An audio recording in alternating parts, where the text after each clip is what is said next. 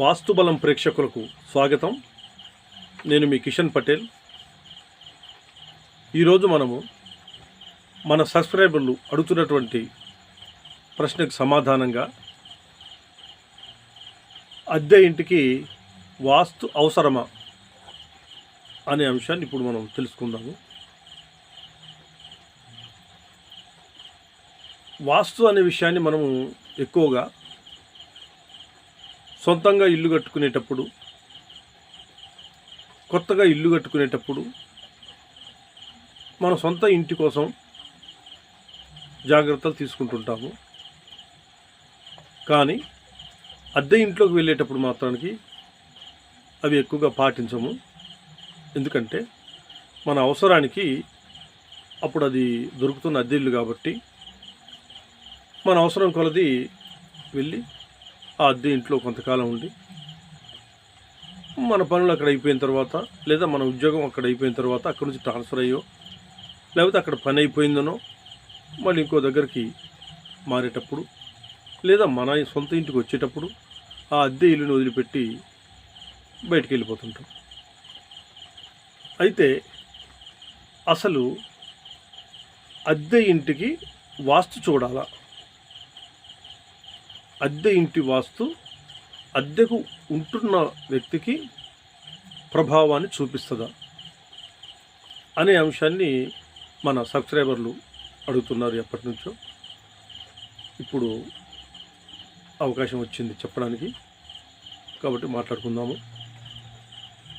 వాస్తు అనే విషయం అద్దె ఇంటికైనా సొంత ఇంటికైనా ఒకటే. ఎందుకంటే ఒక గృహ యజమాని నూతనంగా గృహాన్ని నిర్మించుకుంటున్నప్పుడు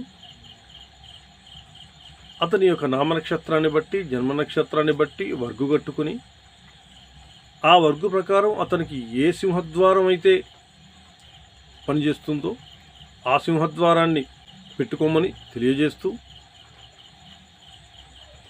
అతని యొక్క పేరుని, నామనక్షత్రాన్ని బట్టి అతను కట్టుకుంటున్నటువంటి ఇంటికి ఆయము, అది ఎంత ఆయం కడితే అతనికి సరిపోతుంది, ఏ ఆయంలో కడితే తనకు పనిచేస్తుంది, అలాగే ఆ ఇంటి యొక్క ఆయుర్దాయం ఎంత, ఆ ఇంట్లో ఉంటే ధన రుణం ఎంత, తారాబలం, కారణం, యోగం, ఇలా ఎన్నో అంశాలు మనం చూడాల్సిన అవసరం ఉంటుంది, చూస్తాం కూడా. అయితే సొంత ఇంట్లో అయితే ఇన్ని రకాలుగా పరిశీలన చేసి, ఇన్ని రకాలుగా ఆలోచించి, జాగ్రత్తలు తీసుకుని ఇల్లుని 100కి 100 బాళ్ళు సరైన వాస్తులు పెట్టుకొని ఇల్లు కట్టుకొని మనం ఉంటున్నప్పుడు అద్దె ఇల్లు అసలు వాళ్ళు ఎలా కట్టారు అనేది తెలుసుకోవాల్సిన అవసరం మనకుంది, తెలుసుకోవాలి కూడా. ఎందుకంటే మన ఇల్లు కట్టుకునేటప్పుడు ఈ వర్గులతో పాటు ఆయము, ఆయుష్, ఈ గణితాలే కాకుండా స్థల పరీక్ష కూడా మనం చేసుకుంటాం, శల్య పరీక్ష కూడా మనం చేసుకుంటాం. ఇన్ని జాగ్రత్తలు తీసుకుని మనం నూతనంగా నిర్మాణం చేసుకుంటాం మన ఇల్లుని. అంటే ఆ ఇంట్లో ఎటువంటి దోషం ఉండకుండా, అంతా మనకు కలిసి వచ్చే విధంగా, అన్నీ మనకు శుభాలే జరిగే విధంగా ఉండేలాగా మనం వాస్తుని తయారు చేసుకుని ఆ ఇల్లు నిర్మించుకుని అందులో ఉంటాం. మరి అద్దె ఇల్లు వాళ్ళు ఎలా కట్టారని తెలుసుకోవాలి కదా. వాళ్ళు ఎలా కట్టారు, అది ఏ వర్గులో ఉన్నది, దాని సింహద్వారం ఏంటి, దాని ఆయం ఏంటి, దాని ఆయుర్దాయం ఏంటి, దానికి దిక్కులు మూలలు ఉన్నాయా లేవా, అసలు ఆ స్థలానికి స్థల పరీక్ష చేశారా లేదా, శల్య పరీక్ష చేశారా లేదా, ఈ విషయాలన్నీ మనం తెలుసుకోకుండా డైరెక్ట్ వెళ్ళి అందులో దూరేస్తాం. అయితే ఇలా దూరడం వల్ల ఆ ఇంటికి ఉన్నటువంటి దోషాలు ఖచ్చితంగా ఆ ఇంట్లో అద్దెకు చేరిన వారి మీద దుష్ప్రభావాన్ని చూపిస్తాయి.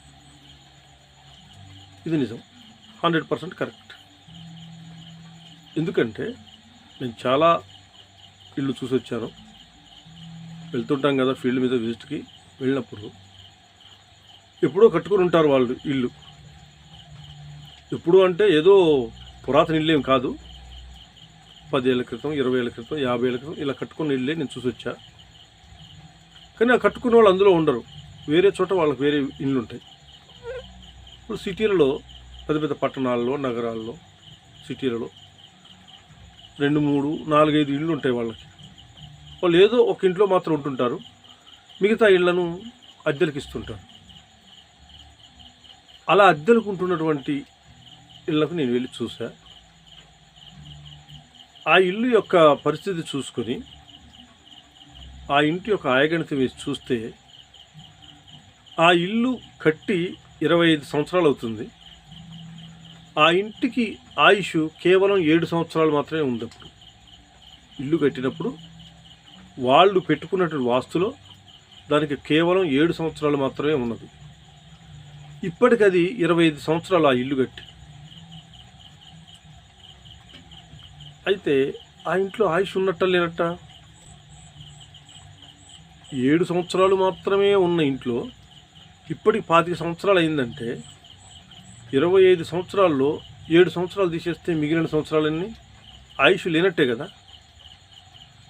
ఆ రకంగా అప్పటి నుండి ఆ ఇంట్లో అద్దెకు ఉంటున్నటువంటి వాళ్ళు ఒక కుటుంబం, ఆ తర్వాత రెండో కుటుంబం, ఆ తర్వాత మూడో కుటుంబం, ఈ విధంగా కుటుంబాలు మారుతూ వచ్చి అక్కడ అద్దెకున్న ప్రతి ఒక్కళ్ళు కూడా ఏదో ఒక చికాకులో పడిపోయారు తప్ప ఎవరు కూడా మనశ్శాంతిగా రాలేదు బయటికి. అసలు అలా ఎందుకు జరుగుతుందనే విషయాన్ని తెలుసుకోవడం కోసం ఇప్పుడు అద్దెకుంటున్న వ్యక్తి నన్ను తీసుకెళ్ళి చూపించారు. చూపిస్తే నేను ఆ స్థల పరీక్ష చేసుకుని, స్థల పరీక్షలో తవ్యం చూడలేదు, స్థలాన్ని పరిశీలించుకుని, ఇల్లంతా ఇంటి చుట్టూ స్థలం చూసుకొని, కొలతలు తీసుకుని, తర్వాత ఆయగణితం వేసి కట్టుకుంటే ఆ ఇంటికి ఆయుష్ లేదు. కేవలం 7 సంవత్సరాలు మాత్రమే ఆ ఇంటికి ఆయుష్. ఆ 7 సంవత్సరాల తర్వాత ఉన్న వాళ్ళందరూ కూడా పడిపోవడమే కిందికి తప్ప పైకి లేచేది లేదు. ఈ విధంగా నేను ఎన్నో ఇళ్లను చూశాను. నేనే కాదు, నాలాగా వాస్తు చూసేటువంటి స్థపతులు, సిద్ధాంతులు, వాస్తు పరిశోధకులు, పరిశీలకులు అందరూ కూడా ఇటువంటి అనుభవాన్ని పొందే ఉంటారు. వాళ్ళందరికీ తెలిసి ఈ విషయం. నేను ఎన్నింటిలో చూసి వచ్చాను. నేను ఇటువంటి వాస్తు సరిగా లేనిది. నేను ఒక ఇంటికి పోయి చూస్తే ఆ ఇంటికి దిక్కులు లేవు, విదిక్కులు ఉన్నాయి. విదిక్కుల్లో పోసి ఇల్లు కట్టారు.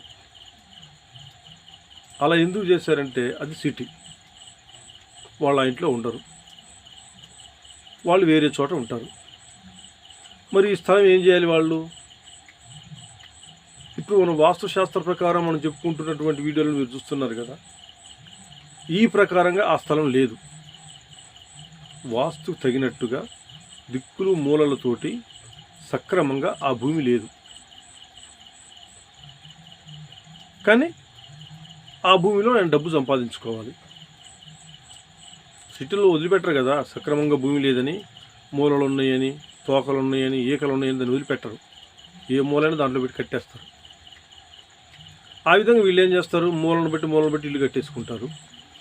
తీరా మనం పోయి చూసుకుంటే దానికి దిక్కులు ఉండవు, విదిక్కుల్లోకి మారిపోతుంది. విదిక్కులు అంటే ఏమిటి? ఉపదిక్కులు. ప్రధాన దిక్కులు 4, ఉపదిక్కులు 4. ఈశాన్యం, ఆగ్నేయం, నైరుతి, వాయువ్యం ఉన్నాయి కదండి. ఆ దిక్కుల్లోకి మారిపోతుంది. మనం ఎటు పెట్టుకుంటాం? దర్వాజాలు తూర్పు దిక్కును పెట్టుకుంటాం, లేదా ఉత్తర దిక్కును పెట్టుకుంటాం, లేదా దక్షిణ దిక్కు, పశ్చిమ దిక్కు, ఇలా ఏదో ఒక దిక్కుని బేస్ చేసుకుని అటువైపు ద్వారం పెట్టుకుంటూ మనం ఇల్లు కట్టుకుంటాం. కానీ ఇక్కడికి వచ్చేసరికి ఏమవుతుంది? ఆగ్నేయంలో డైరెక్ట్గా పడిపోద్ది, లేదా డైరెక్ట్ ఈశాన్యంలో పడిపోతుంది, డైరెక్ట్ వాయువ్యం, డైరెక్ట్ నైరుతి, ఈ విధంగా పడిపోతాయి. ఇవి వీదిక్కులు. ఇది దోషం.